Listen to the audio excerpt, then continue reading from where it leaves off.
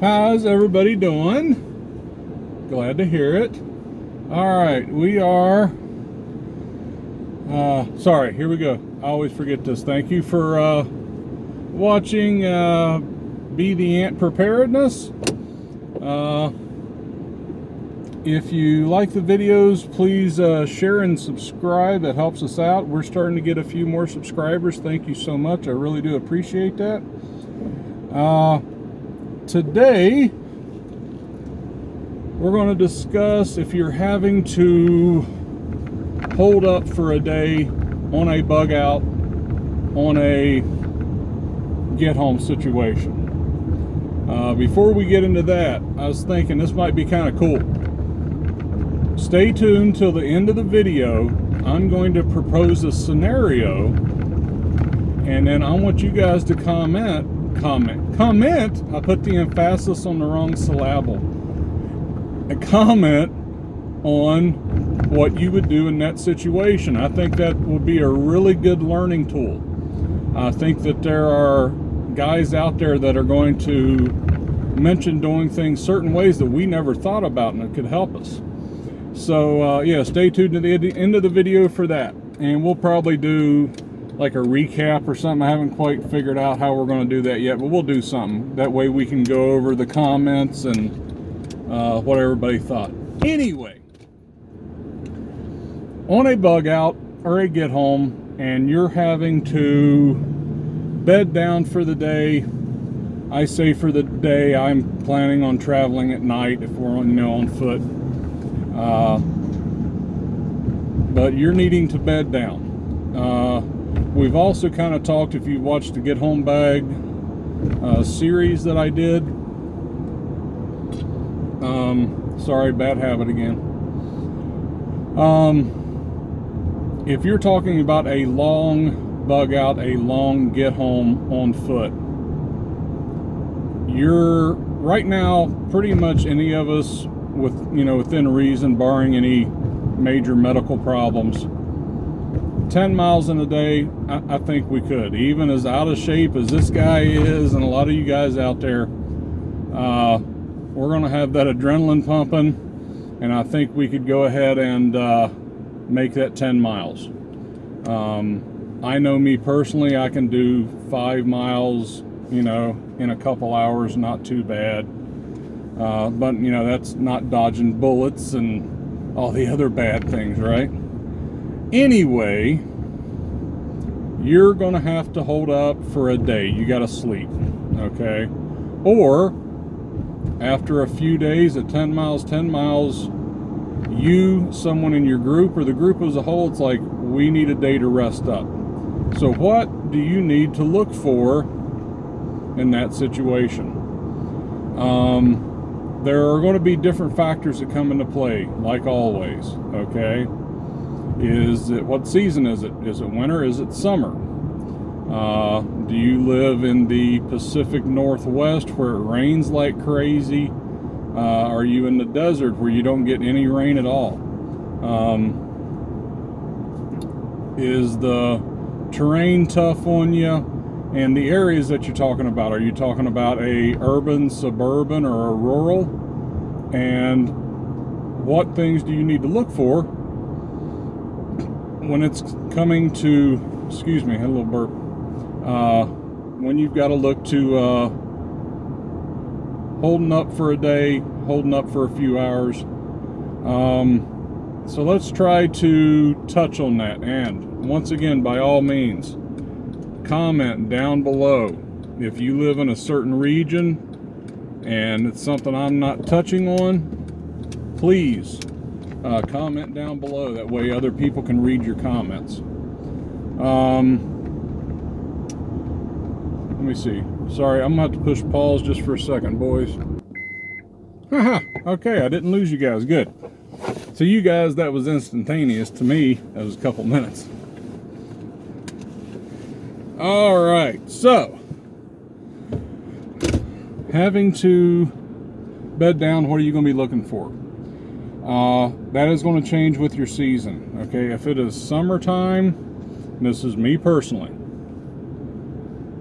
my bug out routes stick mainly to rural type of areas. Okay. Yeah, I'm going to be looking for, if I'm by myself to where I don't have anybody to watch my back, I'm going to be looking for something thick to get into. That way I have as much concealment as possible. Okay. You don't want to be up on top of a ridge and have your hammock strung out and you guys, you know, you're just dozing. Okay, yeah, that you guys can understand that's not going to work too well. A lot of times, if in my neck of the woods, we have elevation changes. Okay, so we got hills. Okay, for me, find a dried up creek, a little ravine, something like that. Try to find something thick that we're able to that I'm able to get into and provide a little bit of concealment. With that, yeah, you're going to want bug spray, because the ticks are probably going to be bad, all the other creepy crawlies, right? You are going to want some type of covering, preferably a camouflaged. I like the camo tarp, guys. They're light, they're easy to deal with.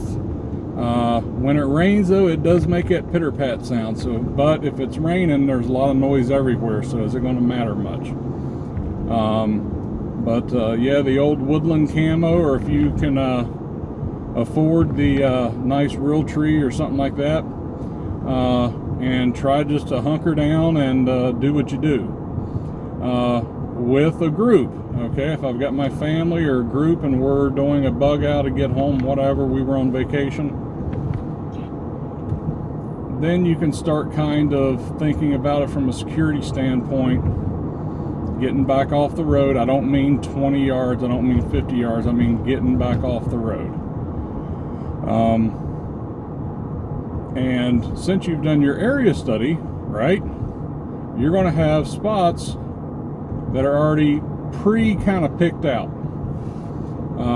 So from your area study, you'll have noticed that there's not somebody's farm just a ridge away from you. Doesn't appear to be anybody around the area. And then you can think about finding you a little bowl. Okay, for those of you flatlanders out there that don't know what a bowl is, a lot of times, okay, sorry, something made a noise. On the sides of hill, you'll get flats, okay, a nice wide flat to where you can look down on the road is good. A lot of times you'll get like a bowl for some reason. It'll kind of curve and it'll have high sides, and typically, it's going to be like at the head of a ravine or something like that. Something to where your group, the large part of your group, can be out of eyesight of the road, of anything like that. But then you can pre-position your guards, okay, to kind of watch different directions. Okay. So as far as rural, just kind of think about it from a tactical standpoint, from a security standpoint. There's a lot of research out there as far as what to look for. But get something to where you've got a decent field of view. You don't want having 20 yards and all of a sudden some guy pops through. You don't have a whole lot of time then. You want to see you want to see threats coming. Top of a ridge, you can see threats coming, but you're highlighting yourself to anybody walking by if you're right up on a ridge. Just like hunting, for all you hunters out there, you guys will already kind of have an idea of what we're talking about. In an urban environment, if you've done your area study on your multiple bug out routes, hopefully you've identified places that you don't want to be, and hopefully, and this is once again my opinion, I don't want to be stopping for the day in a urban suburban type area. Now I know there are parts of the country to where all these different cities and towns, it's so populated that they all kind of blend together. Okay, and that's going to be tough. What you're going to have to look for bug out, get home, and I understand with get home it makes it a lot more difficult. You're not going to know what you're going to run into. The whole scenario, you're down at Disney World and you live in PA and something happens while you're in Florida. Yeah, that's going to be tough. Just kind of going to have to kind of make do. Try to look for lower population. Okay, you don't want to bug out in a hotel. It's still full of people. Okay, I mean hunker down rather. Sorry. And it's probably going to be those semi out of the way, abandoned, like an old factory or something. Now with an old factory, there's pros and cons. Okay. Typically with a factory type of building, there are not as many entry points. Okay, so you won't have as many doors to watch. Okay, but typically with a factory type setting, the building is quite large, and you're going to have to try to clear that building before you can even go in. And then once you're in, you're going to have to try to figure out a way to secure this large area. Now if you've got a large group, you might be able to do something, kind of take a couple of the doors and barricade them to where you can't access them. That way you only have a couple of entry points to worry about. Old gas station stuff like that, possibly. I'm not a big fan with all the windows and stuff. That's why if you can find the little mom and pop kind of shops that do some sort of welding work or something like that, typically there's not going to be a ton of windows. Okay, and once again with that, that's good and bad. People can't see in, but you can't see out too, so you're going to have to figure that all out. And when it comes to a winter time, you're probably going to want some sort of structure. Yeah, we're going to have our tarps and our tents, but any of you that have spent time in a tent in cold weather, yeah, it blocks out the wind, okay, but it's real noisy, and it's gonna make noise. Like people that are away from you can still hear that. Yes, the wind is going to rustle leaves and stuff like that, but that flapping of that tent makes a unique sound. It doesn't sound like leaves. So for a winter, a cold weather hold up, sleepover, whatever you want to call it. Sleepover, that sounds cute, doesn't it? Yeah, if you can have some sort of structure, but then once again with the structure, you're talking about people. So you're going to have to determine for yourself what you got.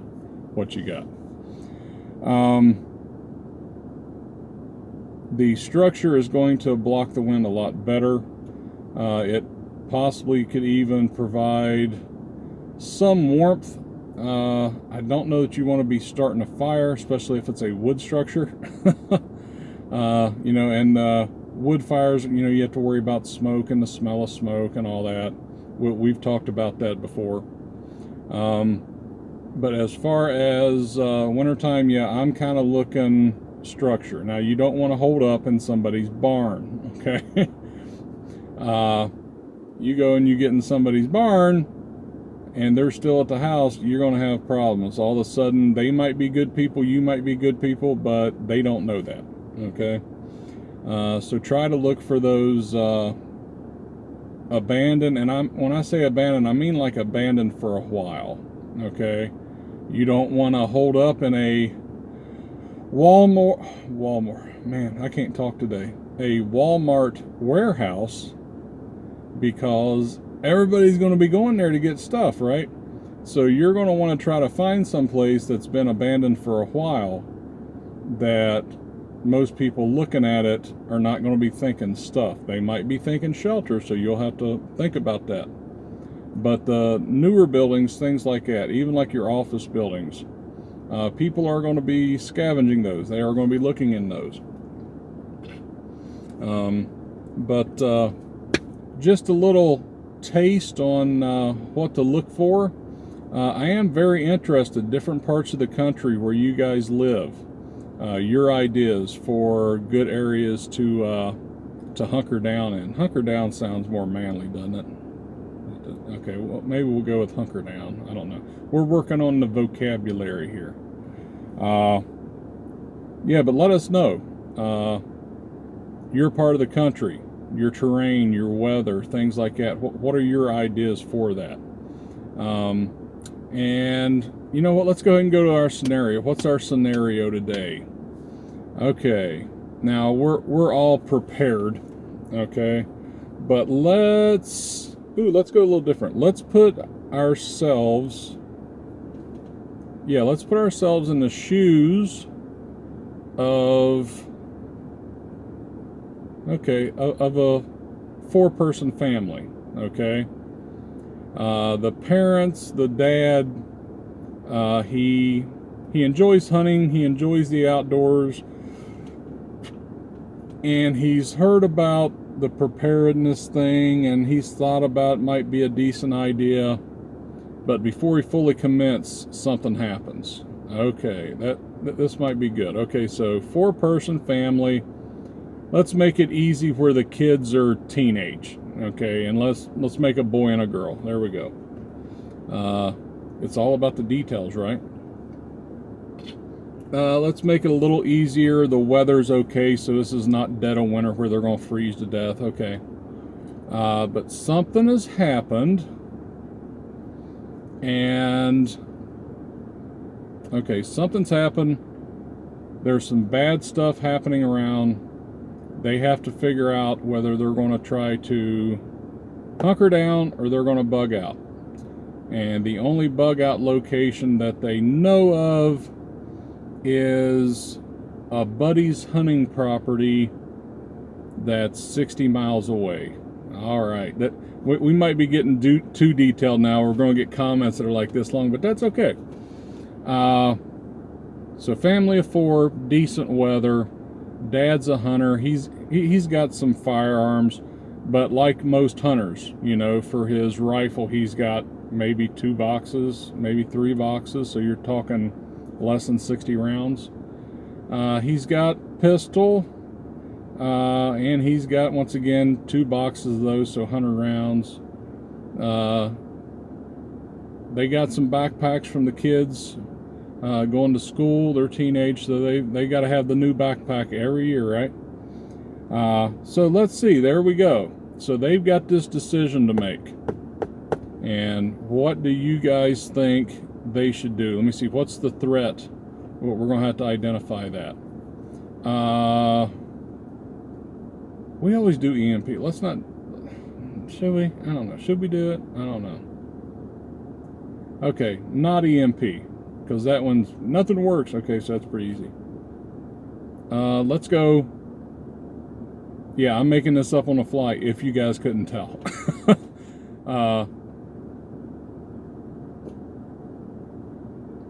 Grid collapse. That's close to EMP, right? But like electronics still work, cars still work. And they've waited for 2 days waiting for the electric to come back on, like most people. There you go. So, people starting to get antsy. Okay, they're starting to hear gunshots. They're not feeling safe where they're at. So what do? Do they try to fortify their home and stay where they're at? Or do they try to make it to the buddy's hunting property? All right, this could be good. Now, approach this from the mindset of that couple, okay? Not from your prepared mindset, okay? What do you think a normal person, right? Because we're all abnormal, right? Normal person. What do you think a normal person would do in that? And that ought to get some comments and some different points of view. And then if you want to add at the end, if you want to add what they should have done rather than this was do this. Okay, I think that'll be great. I think we'll get some good feedback for that. So in advance, thank you guys for that. I think this will be a good learning tool for guys. So with that, say sayonara until next time. Bye.